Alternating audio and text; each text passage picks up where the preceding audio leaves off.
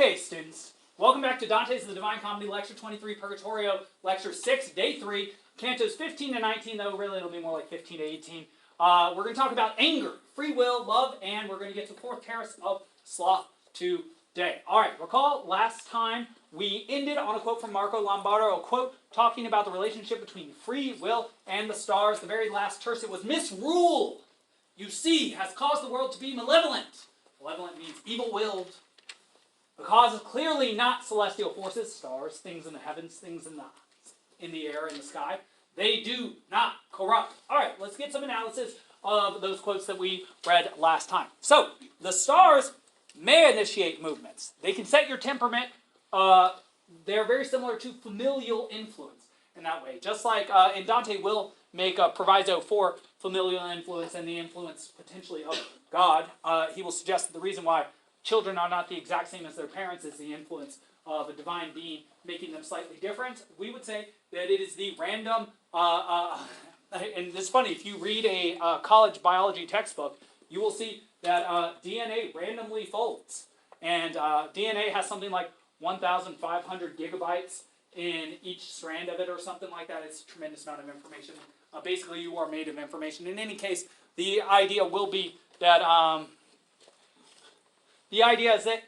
you are influenced by the stars. Just like you are influenced by your parents, you receive something interesting from them. Like I said yesterday, of course it is the case that Dante believes that he passed through the heavens of Gemini, the twins, when he was a soul becoming a human, and that because of that he is creative and intellectual. And some people during the time of Dante seem to have taken that idea that the stars can influence your temperament and make you a certain way, and they seem to have extended that idea to suggest that the stars can make you good or evil. The stars can make your choices for you. Perhaps you are totally determined, totally fated, totally destined to do everything that you do. And if you are, in fact, totally destined by the stars at the beginning of your life to do all that you do, can you possibly be good?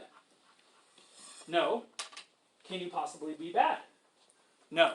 Because if the stars made one's decision, would the person himself be good or bad, or would the stars be good or bad? You can see that even people today believe that the fault is in our stars. And interestingly enough, there are other excuses like that that people will take. They'll say, astrology, it's my star that makes me like this, or my parents are this sort of way, or I come from this amount of wealth, or I come from this community. People are always looking for excuses for why they are in some way deficient or degenerate, and they always have been. This is the particular way in the medieval Italian at 14th century. In any case,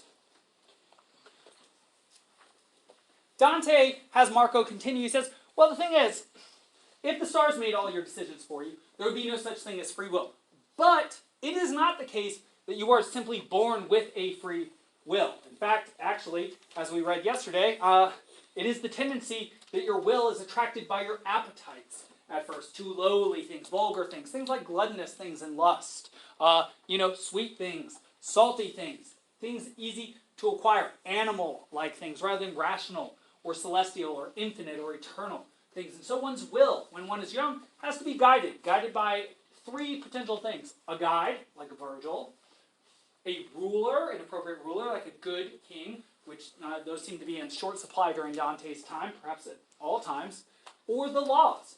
The laws are supposed to govern the body of a people, govern, in another way, the mind of a people. If one has a good guide, a good ruler, and good laws, one's will be appropriately, developed so that one can produce a mind in oneself so that one can make one's own decisions. But if one does not receive such guidance, such restraint, one will not learn self-restraint and will be pulled off like Odysseus' companions towards the lotus eaters, towards the cattle of the sun, and will simply not make it home. Obviously, I do, at least along one track, analyze or interpret Odysseus' journey allegorically as the sorts of things that keep you from getting what you want or getting to the top. In any case, the laws also serve to guide one's will until one can think for one's self and become one of those with mind in you who are free. And so apparently you have to be free in order to be good or bad, but you are not naturally free, you have to go through some subjugation, you have to go through some education and some training in order to get free, and that is the whole idea. So, since there is good and bad in the world, since there are good and bad in the world, I should say, and the world is going off course according to Dante/Marco here, the responsibility for these events is not with the stars creating people with poor temperaments, but is with the bad choices that humans are making. It makes perfect sense. If humans are the only creatures with free will, and therefore humans are the only creatures that can be good or bad, and things are defined as bad around humans, where does that bad come from?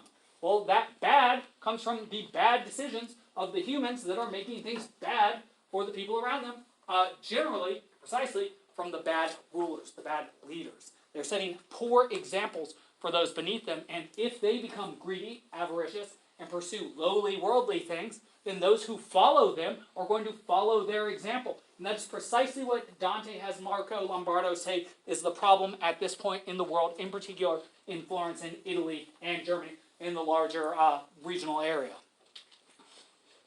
So, blaming the stars is simply a way to avoid personal responsibility. It's the stars. It's it's funny. It is interesting to what extent we, to this day, not only maintain astrological thinking in terms of thinking about astrology, but even apply that, say, to some of the humanistic sciences. We define you as having some condition. Because you have this condition, you can't do some certain thing, and then you have an excuse not for doing it, and then you never learn to do it. Have we done something good for you, or something debilitating for you?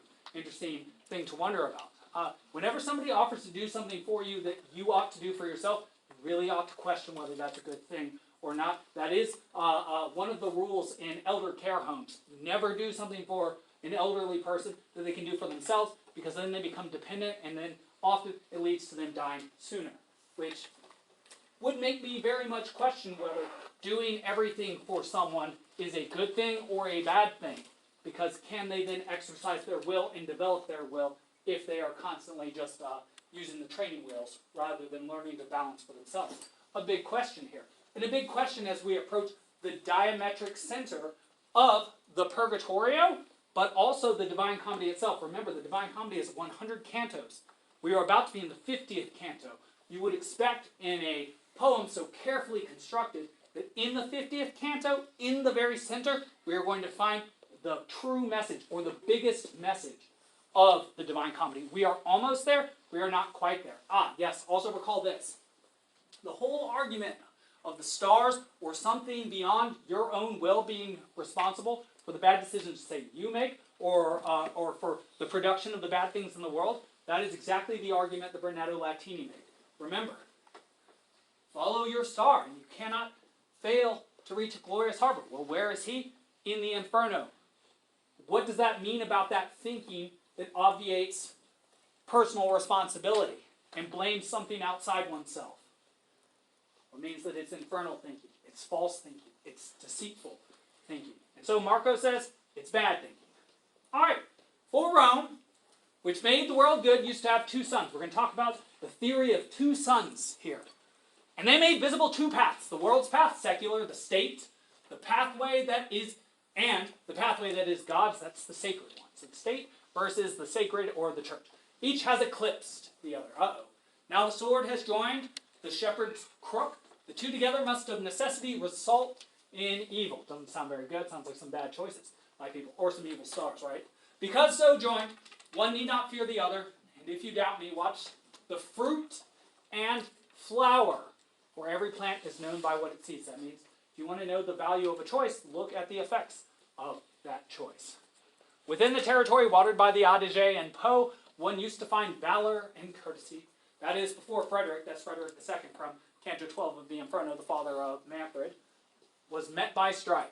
Now anyone ashamed of talking with the righteous or meeting them can journey there secure. 2, 3 old men are there, in whom times reprove the new, and they find God is slow in summoning them to a better life. So the two sons theory, excuse me. This is a balance of power bit by Marco Lombardo. He's talking in terms that remind us very much of why we have 3 parts to the federal government in America, the legislative, judicial, and executive branch.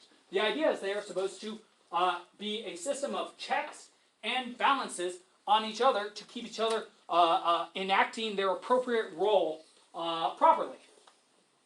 Well, this is a less sophisticated model of that, whereas we have 3 branches. Here, there are 2 branches. And the problem is, these 2 branches are very much supposed to be distinct from each other in order to balance each other, like 2 plates on a balance.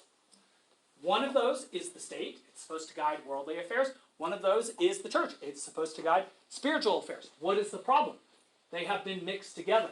How? Well, recall, Dante believes that the donation of Constantine from 325, when Constantine gave land to the Holy Roman, or excuse me, to the Roman Church, that the Roman Church became then concerned with worldly things.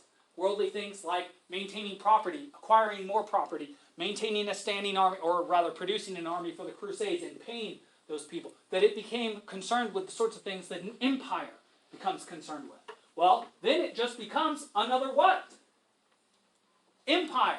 And when you have 2 empires together, well, what tends to happen? Conflict, rather than harmony. Rather than being 2 parts of the same whole, they're 2 wholes trying to occupy the same part. And so when Dante says that the church has dirtied itself, he literally means that it has mixed itself with that which belongs to the state, become like the state, and is now acting like a state, in contrast, in competition, in conflict with the state itself, which is a profound idea, a very interesting idea. In any case, the 2 are supposed to balance each other. When they are combined, neither feels the other, and they fail to balance, and therefore the church has dirtied itself. It is no longer doing what is appropriate to its station. It is acting like a sort of defective state. Well, interesting. Interesting. In any case, let's move on to some examples of gentleness. So we are in the terrace of wrath. The expiating virtue here, which recall is not a theological or cardinal virtue, not one of those big 7 virtues that you need to know. Gentleness, sometimes called meekness, is what is necessary to get over anger. Something interesting about meekness is a lot of people, because it rhymes with the word weak, thinks it means to be weak. To be meek means to, I've heard this definition used, to have a sword that you are capable of using but not using it. So to be gentle means to have the strength to be violent and to choose not to. So there's a big difference between being meek and being weak. In any case, the first example is, as we would expect, a visionary experience. Remember, these characters are blind because of the acrid smoke. So how do they see the art? Well, the envious, they heard the art, the poetry. The proud, they saw the art in sculpture. Well, these people actually imagine the art. They have visionary experiences in front of them. Sort of like what movies are for us, or television. In any case, the first person, as usual, is Mary. Mary to Jesus says, "Why hast thou thus dealt with us?" The story is that, and this comes from Luke, one of the synoptic gospels, that Jesus, when he was a young kid, I think he was 12 at the time, during a Passover ceremony, remember he was Jewish, so he celebrated Passover, went to a temple and was talking with these priests, and when his parents left, he stayed. And so his parents had to deal with, where is our kid? Where has he gone? And when Mary went to find him, she was obviously very upset with him, and she said, "Why have you dealt thus with us?" And he very famously responds, "I don't have it here," but he says, "I've been about the business of my Father," which is a pretty callous thing to say to your mother. Imagine any of you attempting to, your mom hasn't seen you in 2 days. You didn't text her. She's freaking out. You come back to see her. She's screaming at you because where have you been? And you say, "Mom, I've been about the business of my Father." How does she respond? Even more screaming, potentially. So I wouldn't recommend trying this, but this is the example of gentleness. The idea is that even though Mary was so upset with Jesus, she just gently asked him. I'd say as a teacher, that is often the case. When students know that they've done wrong and they come up to me and they expect, say, a verbal lashing, they come up, they're like, "Mr. Schmidt, I didn't turn this in." I suppose I could yell at them, and maybe when I was younger I might have been sterner with them, but usually they're already beating themselves up. And so there's no need to be angry or mean to a student. Usually they appreciate it when you're gentle because they already feel bad enough. And I'd say that most people who have what we call a moral compass or a conscience, you don't need to add much to it. They feel bad enough when they do something wrong. A little bit different if somebody is defiant. Trying against what? In any case, the second example. I really love this example. It's a guy named Pisistratus. He was a tyrant of Athens in the 6th century BCE. Well, his daughter apparently had some boyfriend who made the big mistake of kissing her in public, making her look like something of a shameful harlot. Well, his wife, like Queen Amata, who we'll actually talk about very soon, said, well, since this boy made this terrible decision, we need to kill him. And Pisistratos, even though a tyrant, showed great judgment here. He says, what should we do with one who wishes us ill, if one who loves us is condemned by us? I love that idea. The idea underlying what he says is that when you are angry with somebody, even if they are your friend, you turn them into your enemy in your mind and then act like they are your enemy. How many of you have siblings who are about the closest allies you can possibly have, who you will actually violently fight against when you are angry with them? Almost all of you? Right, exactly. How many of you have ever said something mean or cruel to a coach or a teacher or your parent? Almost all of you? Right, all of us. Right, what does that mean? Were you thinking rationally when you did such a brilliant thing? No. Were you looking at someone who was your ally and friend as an enemy in such a moment? And I think Pisistratos' words bear some comment, bear some moment of reflection. How should you treat your enemies if you are willing to murder your friends for their mistakes? It sounds like you're willing to do the same thing to an enemy as you are to your friend. It sounds like there's not much difference between being your enemy and being your friend. Who does this remind me of, and probably remind you all of? Yes, Achilles from the Iliad last year, where he literally asked Zeus to harm his own side of battle, leading to the death of his best friend. Exactly. And so, anger seems to be a very troubling emotion if it is able to make us declassify friends as friends and reclassify friends as enemies. The third example, this is a horrifying example. I want you to look at this mob, and this guy on the ground, and the stones getting thrown at him, and he looks sort of like Dante, but it's not Dante. That's St. Stephen. Now, this is a terrible story. The very first Christian martyr was named St. Stephen. St. Stephen, and there's a little bit more to this story than I'm going to tell you, apparently was causing some trouble in a city. And he did cause a little bit of trouble, so in a way he did bring this on himself, though perhaps nobody really brings this style of execution on themselves. He was stoned to death for being a Christian, is the more generalized story, though of course he did in some ways earn it. I forget exactly what it is he did. He either broke some law or refused to do something important at the time. I'll have to look that up for you and share it with you in the next lecture. But it's conceivable that he would have been stoned for what he did, though still not quite just. In any case, it was decided that he would be kicked out of the city, and outside of the city he would be stoned to death by the community.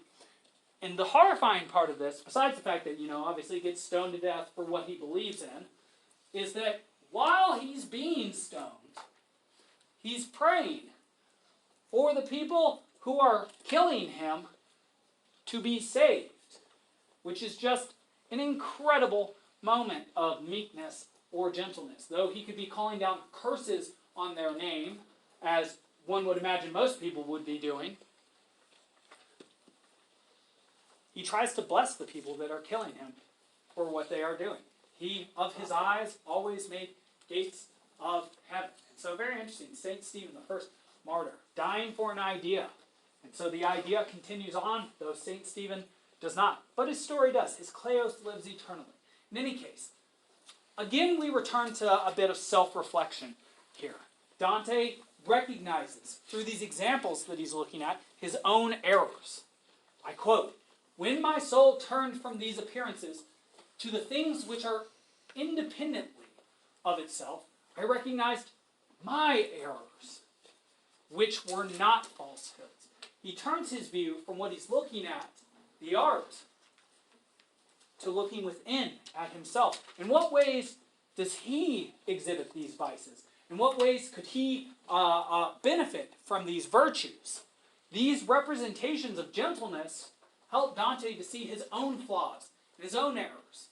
Well, this is supposed to be some hint to us about what the value of art is and why art surrounds you at all times. You have TV commercials, shows, movies, plays, even your shirts and clothes are art. Look at them. I see symbols all over them everywhere. Interesting. Well, what's the point of all this art? It seems so useless. Apparently it's not useless. The purpose of art is to inspire greater self-reflection and thus greater self-knowledge.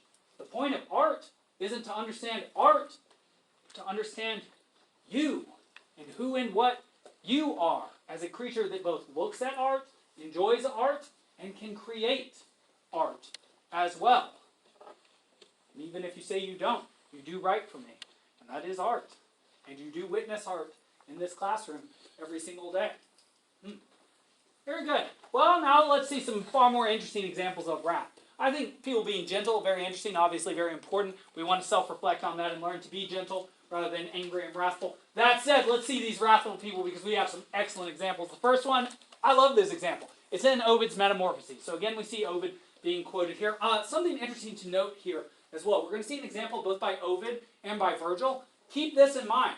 These are visionary images that appear in the heads of penitents on purgatory going to heaven from pagan literature, from Ovid, from Virgil. It's like God himself chose art from Ovid and Virgil to portray to sinners so that they could go to heaven. Very, very curious, very interesting that Dante would do that. Well, here's this story. And I can show you where it is in Ovid's Metamorphoses if you want to read it. Procne. Eventually she gets turned into a nightingale. Her sister Philomela gets turned into another sort of bird. And Tereus gets turned into something like a chicken hawk. Here's the story. Procne had a very beautiful sister, Philomela. Her husband, upon seeing that sister, becomes acquires quite some lust for her. Asks to go to Athens so that he can collect the sister. While he is on the ship with the sister, sort of falls in love with the sister. When he comes back to his own land, he takes the sister, without knowledge of his wife, out to a, essentially, cabin in the woods. Out of that cabin in the woods, he does his thing with her as he wishes to. Very terrible thing to do. She then says she's going to tell her sister, obviously enough. So then, of course, what does he do? Well, he cuts out her tongue so that she can't ever tell anybody what has happened to her. Well, what does she do based on that? Well, she still has her hands, so what can she do? She weaves. She weaves a tapestry. And on this tapestry, it tells the story of her sorrows. And she has this tapestry sent to her sister, who then sees it and interprets the signs, and is like, oh my Bacchus, oh my Jupiter, I cannot believe this has happened. Goes out to the woods, finds her sister, vows vengeance. Now she has a young son with Tereus. And this is tragic, and perhaps just, but you can weigh in on that, like Minos. She takes her son, and you're like, man, these Greco-Roman people, whether it's Romans or Greeks, it doesn't matter. She takes her son, she kills him, she chops him up, puts him into a soup, just like, Thyestes just as had happened to Thyestes in the house of Atreus, Agamemnon's uncle. And so, she then feeds her son to her husband, who then is told, or asked a version of this question, what sort of meat do you think you just ate? And the answer is human meat. That quote technically comes from a different story. In any case, she fed her own son to Tereus because she was angry. Well, that seems like sort of an error because what had she done to get back at her husband? She killed her son. Well, that's the sort of thing that anger causes one to do. And then her husband supposedly chases her while turning into a hawk, while she turns into a nightingale, while her sister Philomela turns into something else, some other sort of bird. In any case, second example of wrath. I don't know this story as well. It's an Old Testament story about Haman and Mordecai. But apparently this guy, Haman, wanted to crucify Mordecai because he was attempting to suppress the Jewish people. Unfortunately for him, he did not understand that the wife of the king was herself Jewish. And so she was very sympathetic to Mordecai and his people and not as sympathetic to Haman. He ends up suggesting that Mordecai be crucified, and yet he ends up receiving, because of his anger and his ruthless decisions, the same punishment that he had wished to trespass upon someone else. Though he wished to observe this character, Mordecai, crucified, he is in turn crucified himself while Mordecai and Esther and Ahasuerus watch. Mordecai then receives Haman's former position as well. So it's almost like when you get angry at somebody, you might lose that which you hope to gain. Very similar to the idea behind envy, and perhaps even similar to the idea behind pride. It's almost like vices take from you that which they claim to be able to give. It's almost like in being vicious, you lose something of great value. In any case, on to the third example. This one I know much better, and again, this is from Virgil. It is the example of Queen Amata, and you recall this from the Aeneid last year. Queen Amata, under the influence of Selina the Harpy, became very prejudiced against the foreigner Aeneas. Remember, she wanted her daughter Lavinia to marry the local man Turnus. Turnus then fights against Aeneas in a fairly short war. Aeneas defeats Turnus, and at some point, Queen Amata actually believes Turnus is dead before he dies. In believing that he is dead, she pulls sort of a Jocasta, sort of a Pierre de Lavinia, and she decides to kill herself. And what we see here is her daughter bewailing the fact that even though Queen Amata, was afraid of losing her daughter, now she has made her daughter lose her mother. She apparently had lost perspective while she was angry. Though she did not want her daughter to be married to a certain person, and did not want to see that happen, she did not think about the fact that even though her daughter would marry somebody that she disliked, that her daughter would prefer her to be alive than to be dead. And so part of the problem of anger seems to be that it blinds you to certain things, keeps you from full perspective on things, which seems to be the contrapasso of the black acrid smoke that makes this particular terrace darker than hell. All right, the slothful. We're going to end with we're going to end now by talking about the structure of Purgatorio. We're going to enter the 17th canto of the Purgatorio, which is the diametric center of the Purgatorio and of the Divine Comedy itself. And in this center, we're going to see what the structure of the Purgatorio is, and we're going to see that it is based on love, suggesting that this whole poem, at the heart of it is love, suggesting that this poem itself is a love poem. In any case, Virgil now discourses on natural and rational love as night falls and takes away the ability of Dante and Virgil to move forward physically. Now, natural love is defined as something which is always directed correctly, naturally. So some things you just naturally love, and you can't do anything about it. And you can't direct it because it's natural, it just simply happens to you. I used to give the actual explanation that Virgil goes through here, but I just think it's fairly boring and sort of straightforward. Rational love, however, can have an erroneous goal, or object, or end, those are all synonyms, or be pursued inappropriately by too much vigor or too little vigor. And you notice here that I list that rational love, which is directed towards the wrong object, are the first three terraces: pride, envy, and anger. Apparently, these vices come from loving the wrong thing. So, if you're proud, what do you love more than anything? Yourself, rather than something even higher and better than yourself, like justice, which would better yourself if you were to love it. Well, if you envy, what do you love? You sort of love hating other people. And if you're angry, what do you love? Well, just as Achilles described anger, the sweetness of anger. Well, in the fourth terrace, sloth, what's the problem with that? Well, you can love things, but you can love them too little. You cannot put the effort forth. You cannot work hard enough to get them. And that's what sloth is. I think that's a very good definition of sloth. That you love something, but you just kind of like drag your feet and you don't really do your best. I'm sure you've all had some moment where like you had some time to do something, like a reading assignment, but like you sort of distracted yourself a bunch, and even though you had an hour to do like 20 pages, you got through like 4 pages. Anybody ever set out to do something and then gotten distracted and not finished it? All the time?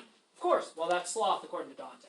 In any case, the final three terraces, and I'll change it to there, are some of the first three from the Inferno, the somewhat lesser sins. They are avarice and prodigality in this case. We'll learn about that from Statius.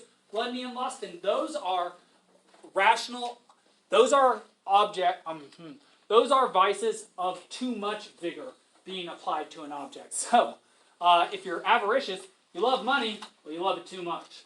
If you're gluttonous, you love food, which is fine, but you love it too much. And if you're lustful, you love people, but you love them a little too much. And that's what's not fine. And so the problem isn't that you love people or that you love food or that you want to make money. It's that you want it too much. You put too much into that. You lose, again, perspective and balance on things. You've got to love food and people and money and balance all those things out. You can't be a Midas, or you would rather not be a Midas about this sort of thing. All right, so just to reiterate, the first three cornices of purgatory suffer from rational love having the wrong object. Sloth has the issue of not having the wrong object, but rather being pursued with too little vigor, whereas the final three sins suffer from being inappropriately pursued by too much vigor. And so what gets people to the Purgatorio and what they need to expiate is the fact that they either love the wrong thing, love something too much, or love something too little. The whole problem is their love is dysfunctional. And so they need to get their love right, indicating that the whole goal of purgatory is to figure out what the best thing is to love and in the best way. Suggesting that what you should spend your life doing is figure out how to love the right things in the right ways. Does that sound wrong? Probably not. Probably not. Remember, reader, and this is our last direct address, and this will be our last slide. Remember, reader, if you've ever been caught in the mountains by a mist through which you only saw as moles see through their skin, you can't see it all, again. How when the thick, damp vapors once begin to thin, okay, so this acrid smoke is disappearing, we're about to enter a new terrace here. This, of course, comes before the disquisition on rational love. The sun's sphere passes feebly through them, then your imagination will be quick to reach the point where it can see how I first came to see the sun again when it was almost at the point at which it sets. So the mist starts to disappear as the sun sets. So that's interesting because those are contrasting images of losing the ability to see while regaining the ability to see. And then we see the slothful appear in a tumult, running like a furious crowd of bacchantes. The bacchantes are known to rip off people's heads. By the way, they ripped off the head of Orpheus, and also Agave, who was a bacchante, ripped off in the work of the Bacchantes, or the Bacchae by Euripides, ripped off her own son's head. And so the bacchantes, if they're running at you, it's wild and crazy. And so, which is kind of interesting because, of course, the sloth will have too little vigor applied towards that which they love. Now you can see part of the expiation of their punishment, part of the contrapasso is to now very, very vigorously pursue that which they love. So in order to overcome their turpitude, their laziness, their tepidity or lukewarmness, they must now be overly warm. Hurry, hurry, and let no time be lost through lack of love, we hear on 18.